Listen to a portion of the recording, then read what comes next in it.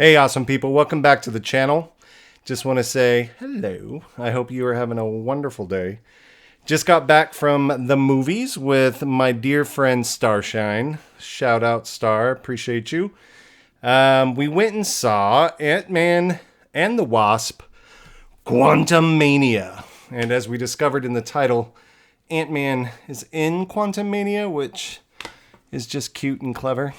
Let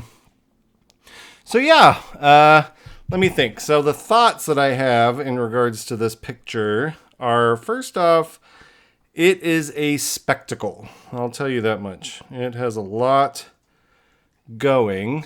And so let's talk characters, right? So we have Scott Lang returning, or Paul Rudd is Scott Lang returning. We have his wife, Hope Van Dyne. Is she his wife? I think so. And then we have Cassie Lang, their daughter, played by Catherine Newton. We've got Michelle Pfeiffer as Janet Van Dyne, so Hope's mother, long-lost mother.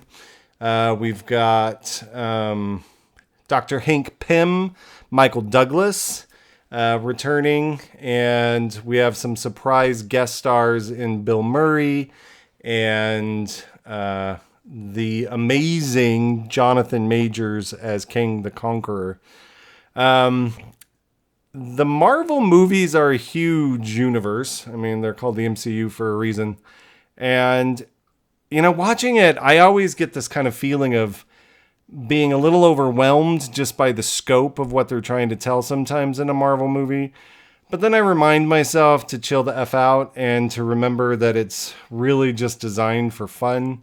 That this thing isn't meant to be necessarily Shakespearean in its dimensions and in its method or whatever. It's more really just a giant green screen fest of special effects and, modern stars and everything. Actors, I mean, like really big actors. And this was no different. It basically starts out where the others begin. I always like the Ant-Man movies. Paul Rudd is hilarious playing Scott Lang. He's such a funny, charming guy. He's just that kind of everyday person that you feel like you could be best friends with, walking on the street. So I appreciate Paul Rudd's performance in this. His character doesn't really have an arc necessarily. He's trying to get and connect with his daughter, Cassie, missing out on that time. He's enjoying the limelight from his adventures with the Avengers. He's written a book. He's basically cooling his heels and enjoying the fruits of, his victories, so to speak. And his daughter is more desiring of, finding a way to help other people. So basically, they end up in the quantum realm, someplace that Michelle Pfeiffer's character, Janet, had desperately tried to escape from, namely due to this man that she ended up I don't know if he's a man, some sort of man-like person, and tries to help him. And basically, he stabs her in the back because he's a giant nutcase and, of course, wants to destroy the world. They always want to destroy the world. That's what they're wanting to do. These bad guys. And so basically that's the plot, so we've got Janet, we've got Dr. Hank, we've got Cassie, we've got Hope, we've got Scott. And this big family is now squished down into this subatomic world. And it is a feast for the eyes. If anybody saw the cartoon Strange World that was released a few months ago, reminded me a lot of that in terms of the creatures and the special effects and the oddity. This one did a lot better than that cartoon did. I thought it was a lot more lived in.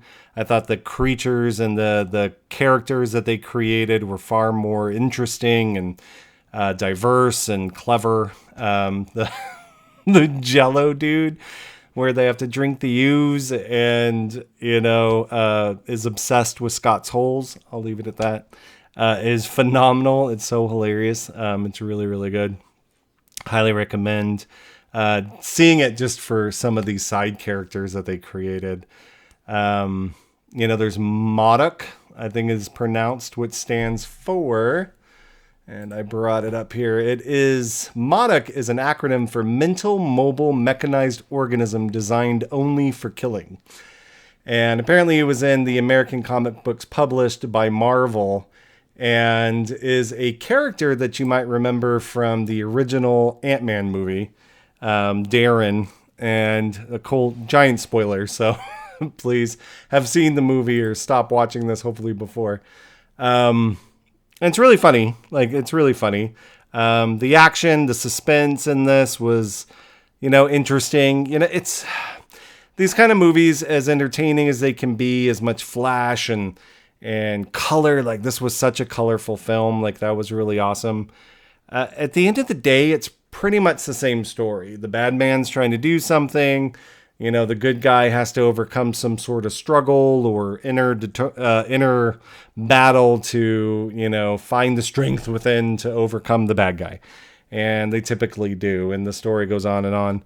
The nice thing about Marvel is these are all kind of connected, and they're telling this bigger tapestry of a story. And that's always fun and exciting, like just in terms of scope. So I thought the pacing was really good. It was about 2 hours. There really wasn't much in terms of, I didn't find any like slow spots where I was like, oh, this is boring. Everything felt well enough lived in and thought out. The direction wasn't super inspiring. I didn't see anything that was like, whoa. Bill Murray, again, his cameo was delightful. Seeing Michelle Pfeiffer and Bill Murray sitting together at the same table and acting, just chef's kiss. Michelle Pfeiffer got a much bigger role in this movie. It is amazing to get to see and have that much screen time watching her. She is so lovely. Like it was interesting. The set design, again, very creative. But at the end of the day, like my thoughts and feelings about this, while I enjoyed it, it was a very enjoyable sci-fi romp, funny. It wasn't groundbreaking. There wasn't necessarily anything groundbreaking about this one. It felt more or less paint by numbers in terms of the Marvel movies. And while that's not necessarily a bad thing, it doesn't leave you like inspired in the way that great film often does. So yeah, tell me what you think. Again, did another name change, and this one's going to stick. I did double check to make sure that nobody had this title for their channel as far as I could tell. And so now, welcome to Bear Studio. This is going to be the home of my reviews and my storytelling, and I'm hoping to do some reaction videos. I ran into some issues trying to record HBO shows. It just turns black when I'm trying to record my screen. If anybody knows how to fix that, please comment down below. I'd really appreciate the advice that you might have. Other than that, I hope you're having a beautiful Sunday or a beautiful day whenever you're watching this. Peace.